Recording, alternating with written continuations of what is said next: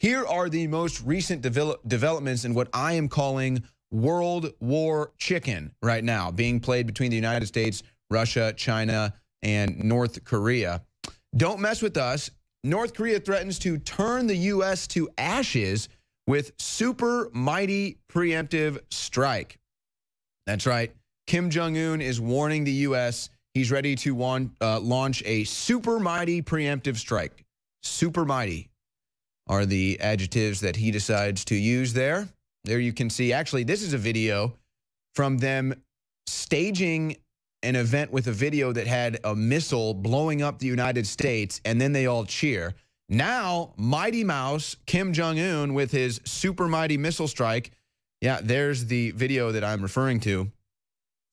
Kim Jong-un is now threatening the U.S. with a super mighty missile strike the day after Mighty Mouse plays that video at a North Korean ceremony.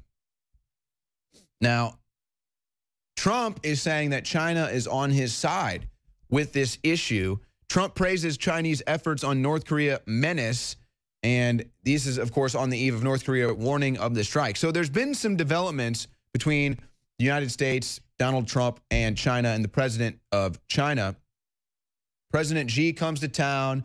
They have a great meeting. Everybody's heard about the beautiful chocolate cake. Trump he takes a pivot on the currency rigging rhetoric, but now seems to be getting his way as far as China and their handling of North Korea. Was that perhaps brinkmanship the entire time? But it does look like China is not going to back down from North Korea. We'll get into that more in a second. But now, the latest news is that North Korea is also advancing their submarine missile program. North Korea is making rapid progress on developing submarine-launched ballistic missiles and missile firing range submarines. So this is according to the United Nations. So perhaps there's a worry there about North Korea's advancing technology, and the United States and China want to get out ahead of it. There was that odd flight path by a naval air vessel out on the coast of California. They never really let us know what that was about. Could they have found a strange submarine in the area? Could it just have been tests? I don't know. We know war games are going on. But according to the UN, North Korea is advancing their submarine missile program, stealth warfare. Could this be why the United States sends nuclear sniffer plane to Korea? Apparently, the United Air Force has now dispatched a nuclear sniffer aircraft to the Korean Peninsula amid the possibility of North Korea's imminent nuclear test. Well, they've been testing nukes allegedly successfully. Of course, allegedly one blew up as well. And they claim they're going to do this weekly. The United States has said stop. Apparently, they're advancing now their submarine program. So the United States is now sending a nuclear sniffer plane over there, I guess, to monitor whatever activity Kim Jong-un is actually up to. Now, here's a story from The Guardian, and this is where you question whether this is actually going to come to America, come to your backyard, or not. North Korea nuclear threat. Should California be panicking? As rhetoric between North Korea and the United States ratchets up, should major cities on West Coast be worried about a missile strike? Experts say the answer is tricky. Well, I know I wouldn't want to live in California, and that's not been because of the threat of a North Korea missile, but perhaps that might add to the reasons not to want to live there anymore. Maxine Waters, Nancy Pelosi, the worst taxes, earthquakes, etc., Hollywood. But for real, people in California, for the most part, probably aren't too concerned about this. They haven't been too concerned about Fukushima that has been leaking nuclear waste in their direction for, wow, it's been a long time now, over 5 years. So will they be concerned about North Korea's nuclear testing? Now, the interesting thing about this to me is, so these are all these war games going on. Is this real? Is this a real threat? I mean, are we really staring in the face of World War III right now? And all of these, I'm not sure if that's the North Korean military. I think that's actually the Chinese military that we have on the screen right now. But, you know, they want to do all of these drills where they have thousands of people marching in the street with the North Korean leader there saluting and waving to everybody. They have these big missiles that they truck out through the street that are probably fake. They're not even real. Is that how out of touch with reality Kim Jong-un and these people really are? I feel bad for the oppressed people of the North Korean regime, but is that how out of touch with reality that they are? They have cardboard signs. They have all of these elaborate displays that are 50 years past. Nobody has crazy displays like that every year, except, as far as I'm concerned, North Korea and perhaps China as well. However, I don't think China is bluffing. I don't think China marches fake weaponry out during these marches. Maybe they do, maybe they don't. But should California start panicking? Is this a real issue for California? They don't care about Fukushima. Would they care about World War III? I'm not too sure about that. These are the same people that elect Nancy Pelosi and Maxine Waters over and over again. But here you go again with China looking like they're cooperating with the United States. United States official with eye on North Korea, China puts bombers on high alert. So it's not just the United States that is considering aircraft in the area or that has aircraft in the area. China is also putting their bombers on high alert. These are serious war games going on. So what have we covered? United States war games, North Korean war games, Chinese war games. It just goes on and on and on. And the question that remains is, who is China going to side with? They've been very tolerant of the North Korean regime, the North Korean communist dictatorship for a long time. The United States has said, we're not going to be tolerant anymore, and they want to work with China to do something about it. Now, China already rejected a coal shipment from North Korea. This was right on the heels of President Xi and President Trump meeting. Now Beijing may cut oil to North Korea. This according to a Chinese export. So China turns the screw on North Korea to prevent another nuclear test. So China now not doing coal deals. Are they not going to be doing oil deals as well?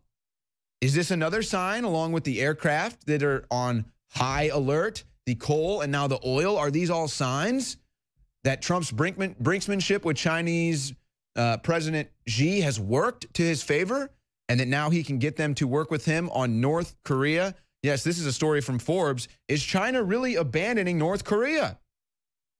Many people say it's China that has been the, how would you say it, country that has allowed North Korea to get to the point where it's at. China is right there. China is the superpower of that region. And North Korea has just been able to operate freely. Kim Jong-un, the dictatorship, maybe finally it looks like China is going to do something about it because Donald Trump said, I want to do something about it.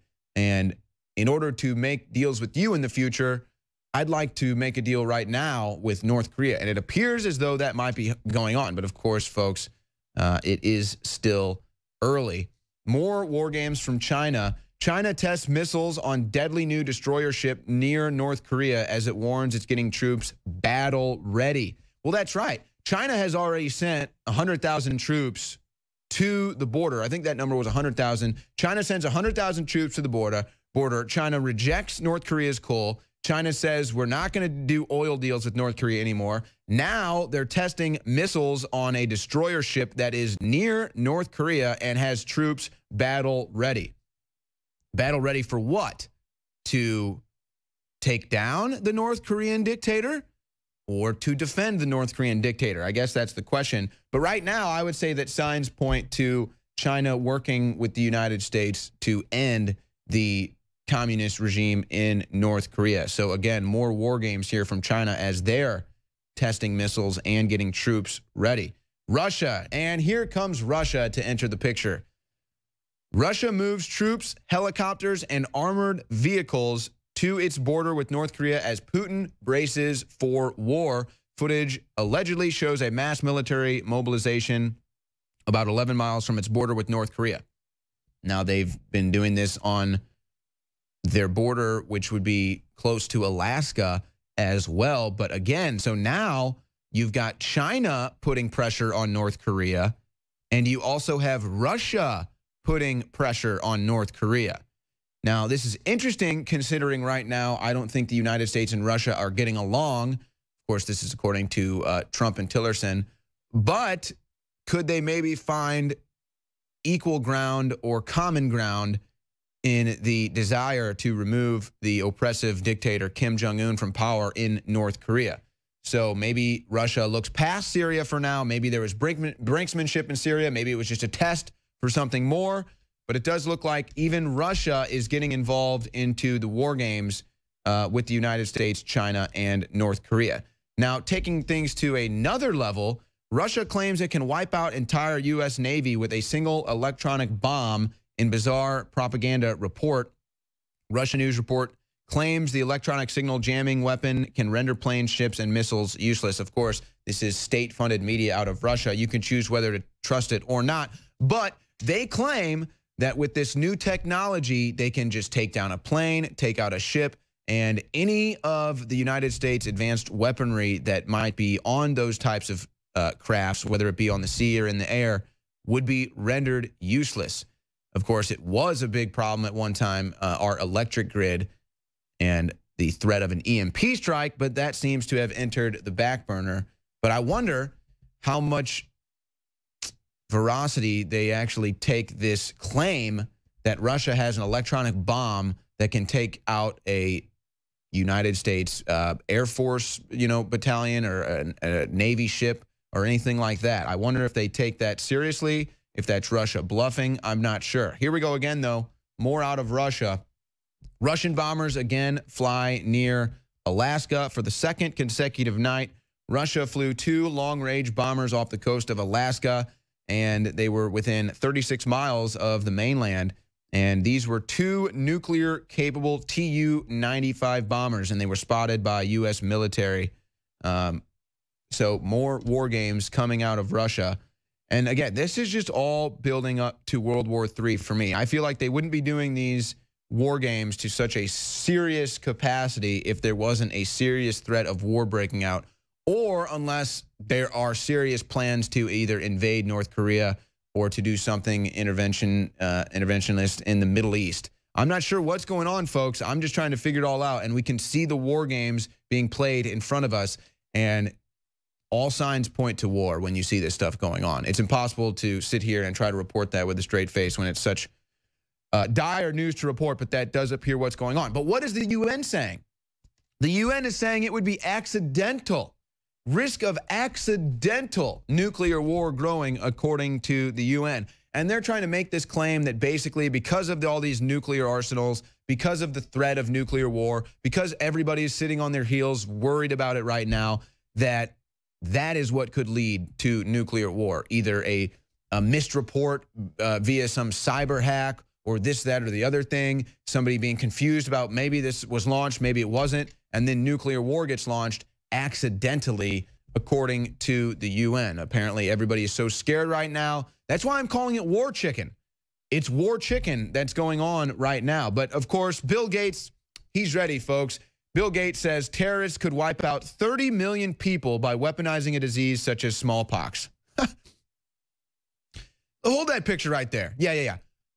Let me just ask, what kind of a terrorist, in fact, let's not even use the word terrorist, what human being, what individual would have the capacity to actually make or weaponize a disease? What kind of a tech genius or tech mogul or someone who has a technology in everybody's homes, who would have that capability? Who would have the capability to wipe out 30 million people with some hyper advanced weaponized disease? I don't know, Bill Gates. I have no idea, Bill Gates. Who would have that capability? We'll be right back. Welcome, everybody. This is Wardo Rants. There's no way of verifying this at this point, but this is about painting U.S. planes in Russian colors. I would say that it's something that people better keep a good eye out for, because dirty tricks will continue, and anything to get this war going. That's what the bankers are set to do. The stories on the internet recently about American opposing force aircraft, these were Marine F-18s being painted in Russian colors, and the potential of them being used for false flag attacks in Syria. ZT looked at that story a while ago. Ian Greenhalgh one of our military editors examined it. We weren't able to run the story. We couldn't find any verification that the F-18s had been used in the Middle East. On the other hand, we do have reason to believe that others have done the same thing. We believe that either Israeli F-15s or other planes being flown out of Turkey have attacked Syria and have done this in false flag attacks. We believe the likelihood of that is extremely high. The Russians on 2 or more occasions have brought up that bombing attacks the U.S. has referred to as war crimes. Russia was very clear about not having planes in the area. Sometimes these things may be artillery, sometimes they're bombing, but the other thing we have to look at is the story itself and some of the people who carried it. Whenever there's a story like this and a photo like this comes out, it can be an accident, sometimes it's not. But what I think we need to accept that putting a little paint on an airplane is pretty easy, and that the Russians just recently moved new air defenses in and increased their radar coverage. And this kind of attack is quite likely one of the reasons the Russians have done that. We know that Israel has a history of false flags. They've been caught already attacking Syria. So the thing that you should be looking out for is where they're coming in from Turkey and whatnot. People keep an eye out for any of this information. So you guys follow me on Facebook, Wardo Rants, also WardoRants.com, and also on Twitter. Anyway, Wardo out.